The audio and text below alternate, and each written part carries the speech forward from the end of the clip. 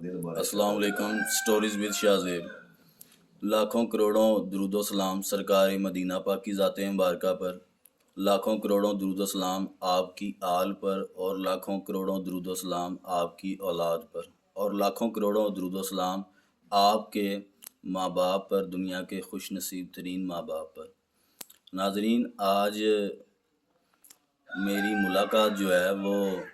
چکوال کے ایک نامور علامہ صاحب ہیں، ان سے ملاقات ہوئی اور ان سے ایک سوال عرض کرنے کی میں نے جو ہے وہ اجازت طلب کی ہے۔ تو چونکہ شفیق بزرگ ہیں تو اللہ پاک کی ذات کے ساتھ ان کی یاری ہے، تو ایک سوال ان سے عرض کریں گے تو ہمیں جواب سے ہم لوگ جتنے بھی ہیں، جتنے بھی اس چینل کے ساتھ بندے جو ہیں وہ جڑے ہوئے ہیں، وابستہ ہیں اس چینل کے ساتھ، تو وہ سب انشاءاللہ مستفیض ہوں گے ان کے جواب سے۔ علامہ صاحب، میرا سوال یہ ہے آپ کی ذات سے کہ اولیاء کرام پاکستان میں، پوری کائنات میں جتنے بھی اولیاء کرام ہیں، ان تمام اولیاء کرام میں سے کچھ اولیاء عاشق الہی ایسے ہیں کہ جو اپنے سر کا نذرانہ جو ہے نا وہ بارگاہ الہی میں پیش کرتے ہیں۔ ان اولیاء کرام میں، ان عشاق الہیوں میں، اور دوسرے جو اللہ تبارک و تعالیٰ کی ذات کے مقربین بندے ہیں جو اولیاء کرام ہیں، ان میں کیا فرق ہے؟ بسم اللہ الرحمن الرحیم۔ بیسیکلی تو ولی کہتے ہی اس کو ہیں جو اللہ تبارک و تعالیٰ کا دوست بن جاتا ہے، اللہ جس کو اپنا محبوب اور مقام محبت عطا فرما دیتا ہے۔ پھر اولیاء کے مختلف مدارج، مختلف سٹیجیں ہیں۔ ان میں سے کچھ وہ لوگ ہیں جو مقام فنا پہ فائز ہوتے ہیں، اور فنا فلا اور مقام شہود میں جانے کی وجہ سے ان کو ہر چیز کے اندر، ہر منظر کے اندر، ہر ایک جگہ صرف اللہ تبارک و تعالیٰ کی ذات کے صفاتی جلوے نظر آ رہے ہوتے ہیں۔ تو اس مقام پہ جا کر وہ اپنی ذات کو مکمل بھول چکے ہوتے ہیں۔ ان کو فقط اور فقط اللہ تعالیٰ کی رضا، اللہ تبارک و تعالیٰ کا جو دیدار ہے، اللہ تعالیٰ کی تجلیات کا جو دیدار ہے وہ میسر آ رہا ہوتا ہے۔ تو اس بنا پر جا کر کہیں نہ کہیں جا کے دین اسلام کو، اللہ تبارک و تعالیٰ کے پیغام کو اور نبی مکرم صلی اللہ علیہ وسلم کے دین کو کسی ایسی کرامت کے اظہار کی ضرورت ہوتی ہے، کسی ایسے واقعہ کے اظہار کی ضرورت ہوتی ہے کہ جو وہاں کے لوگوں کو اسلام کی طرف مائل کرنے کے لیے ضروری ہوتا ہے۔ پھر اس مقام پہ جا کے وہ بہت بڑی بڑی قربانیاں بھی پیش کر دیتے ہیں، حتیٰ کہ اپنی جان بھی قربان کر دیتے ہیں، اور کیونکہ وہ اپنی ذات کو اللہ تعالیٰ کی ذات میں فنا کر چکے ہوتے ہیں۔ تو یہ جو نفی کا مقام ہے کہ اللہ تعالیٰ کے سوا کچھ بھی نہیں ہے، سوائے اللہ کے کائنات میں صرف اللہ ہی ہے، لا معبود الا اللہ، لا مقصود الا اللہ، لا موجود الا اللہ۔ تو اس بنا پر جا کر وہ اپنی جان قربان کرتے ہیں، اور ان کی یہ قربانی پھر دین اسلام کی ترویج اور دین اسلام کی سربلندی اور لوگوں کے لیے دین اسلام کی طرف مائل ہونے کا سبب بنتی ہے۔ مجھے ایک واقعہ یاد آ رہا ہے، بنی اسرائیل کے ایک ولی تھے، نبی کریم صلی اللہ علیہ وسلم نے صحابہ کے سامنے بیان کیا کہ اس وقت ایک آدمی ایسا تھا جس نے جھوٹی خدائی کا دعویٰ کیا تھا، اور وہ تمام لوگوں کو اپنے ماتحت رکھتا تھا، اپنی پوجا پاٹ کرواتا تھا۔ تو وہاں پہ ایک جوان تھا، بچہ، وہ بچہ اللہ تبارک و تعالیٰ کا عاشق تھا، اللہ کا مقرب تھا، تو وہ با کرامت بھی تھا، اللہ نے اس کو عزت بھی عطا کی تھی۔ تو اس کی شہرت ہوتی گئی، لوگ اس کی طرف مائل ہوتے گئے۔ جس دم کے لیے بالخصوص وہ مادرزاد کوڑی کو دم کرتا اللہ شفا دیتا، مادرزاد اندھے کو دم کرتا تو اللہ تعالیٰ اس کو آنکھیں عطا فرما دیتا۔ تو لوگ اس کی طرف جانے لگے۔ بادشاہ کے ایک وزیر کو آنکھوں کا مسئلہ پیش آیا، اس کی نظر ختم ہو گئی، کسی نے بتایا، وہ چلا گیا۔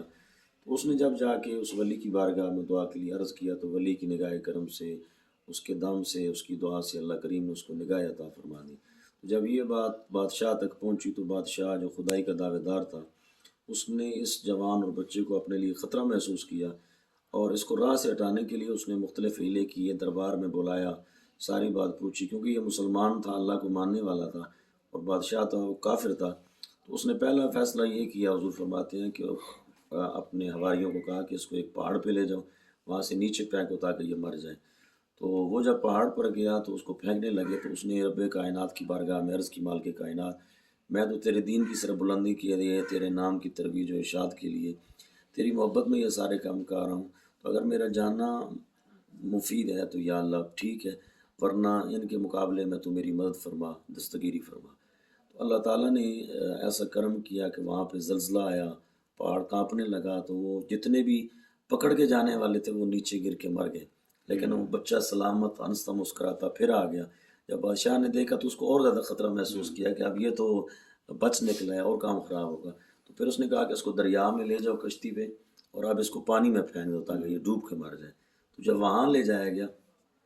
تو پھر ایسا ہی ہوا کہ طوفان آیا، کشتی نے ہچکولے کھائے تو سارے وہاں غرق ہو گئے، اور یہ آہستہ مسکراتا پھر واپس آ گیا۔ تو تیسری مرتبہ پھر بادشاہ نے کہا کہ اس کو کوئی اور سزا دے، تو ہر ایک جب ہیلا ناکام ہوا تو اس نے اس لڑکے کو بلا کے کہا کہ تو چاہتا کیا ہے، آخر کس طریقے سے میں تجھے قابو کروں، کوئی ہیلا کوئی طاقت میری کام نہیں کر رہی۔ تو اس نے کہا کہ ایک ہی حل ہے، اگر تو مجھے مارنا چاہتا ہے تو پھر یہ کر کے ایک میدان سجا، وہاں پہ پوری رعایا کو اکٹھا کر، مجمع ہو، پوری رعایا ہو، ایک سٹیج بنا، وہاں مجھے کھڑا کر، باندھ کے ایک تیر نکال، اور تیر نکال کے تو جب میری طرف چلانے لگے تو کہا کہ بسم اللہ برب الغلام، یعنی کہ میں اللہ کا نام لے کر چلا رہا ہوں، وہ اللہ جو اس بچے کا رب اور اس کا مالک ہے۔ حالانکہ وہ اللہ کو مانتا ہی نہیں تھا، اللہ کے مقابل آیا ہوا تھا۔ تو ولی اللہ نے اب اپنی جان خود پیش کی، کیونکہ وہ جانتا تھا کہ میرا ساتھ تو چلا جائے گا، میری جان چلی جائے گی، لیکن پیچھے اللہ تعالیٰ اتنی رعایا کو ایمان کی دولت عطا فرما دے گا۔ تو بادشاہ کے ذہن میں بات بیٹھی، کرنے لگا، یہ بھول گیا کہ اب میں اس کا نام لینے چلا ہوں کہ جو میں آج تک جس کے مقابل کھڑا رہا، انکار کرتا رہا۔ تو اس نے اعلان کیا، پوری رعایا اکٹھی ہو گئی، اسٹیج بنایا گیا، اس بچے کو کھڑا کیا گیا۔ تو جب وہ تیر چلانے لگا تو اس نے کہا کہ میں اس بچے کے رب کا نام لے کر تیر چلاتا ہوں تاکہ یہ بندہ مر جائے۔ تو جب وہ تیر گیا اس کے کن پٹی پہ لگا، وہ تو خون کا فوارہ نکلا، وہاں پہ مر گیا۔ لیکن جب لوگوں نے دیکھا کہ بادشاہ خود خدا کا دعویٰ کرتا تھا لیکن اس خدا کا کوئی وار نہیں چلا، اور بچے کا خدا کتنا باکمال اور کتنی طاقت شان والا ہے، تو اس کا نام لیتا گیا، بچے کی بات مانتا گیا اور کامیاب ہو گیا۔ تو سارے مجمع نے کہا تو جھوٹا خدا ہے، حقیقی خدا اور سچا تو وہی ہے جو اس بچے کا۔ تو انہوں نے کہا لا الہ الا اللہ محمد سبحان اللہ۔ ٹھیک ہے، تو یہ ایک اولیاء کرام کے کچھ ایسے واقعات جو ملتے ہیں، اس کی وجوہات یہ ہوتی ہیں کہ وہ ایک قربانی دے کر پیچھے ہزارہ لوگوں کے ایمان کا ذریعہ بن رہے ہوتے ہیں، اور ان کی یہ قربانی دین اسلام کے لیے اس وقت ضروری ہوتی ہے۔ اور ایسے لوگوں کے بارے میں قرآن کہتا ہے کہ وَلَا تَقُولُوا لِمَن يُقْتَلُ فِي سَبِيلِ اللَّهِ أَمْوَاتٌ، کہ جو اللہ کی راہ میں اپنی جان دے بیٹھے ہیں ان کو مردہ نہ کہو، بلکہ وہ زندہ ہیں۔ ہاں تمہیں شعور نہیں ہے کہ تم ان کی اس زندگی کو سمجھ سکو۔ اور ایک روایت میں یہ بھی آتا ہے تفسیر مظری میں کہ جو شہید کی روح ہوتی ہے وہ آزاد ہوتی ہے، چاہے تو جنت میں چلی جائے، چاہے تو آسمانوں کی زیر کرے، چاہے زمینوں میں جائے۔ جو اس کے دنیا میں دوست ہوتے ہیں تو شہید کی روح پھر اپنے دوستوں کی مشکل وقت میں دستگیری بھی کرتی ہے۔ تو یہ ایک وجہ ہے اولیاء کے وہ سر دینے کی، سر کی بازی لگانے کی۔ اب امام علی مقام جیسے کربلا میں تشریف لے گئے تو آپ صحابی بھی ہیں، آل رسول بھی ہیں، خون رسول بھی ہیں۔ اگر ابراہیم علیہ السلام کا بیٹا ایڑی رگڑے پانی ہے تو کیا آل رسول یہ اختیار تھا ان کے پاس؟ ساری اختیار ہونے کے باوجود بھی ہر ایک قربانی دی ہے، کیونکہ اس وقت امام حسین کا سر بچانا یہ اسلام کے لیے مفید نہیں تھا، بلکہ سر قربان کرنا یہ پوری دنیا میں اسلام کا جھنڈا لہرانے کے لیے ضروری تھا۔ تو یہ جو صاحب مقام قرب والے لوگ ہوتے ہیں پھر ان سے ایسے امتحان لیے جاتے ہیں، اور آنے والی دنیا میں قیامت تک پھر ان کے نام کو،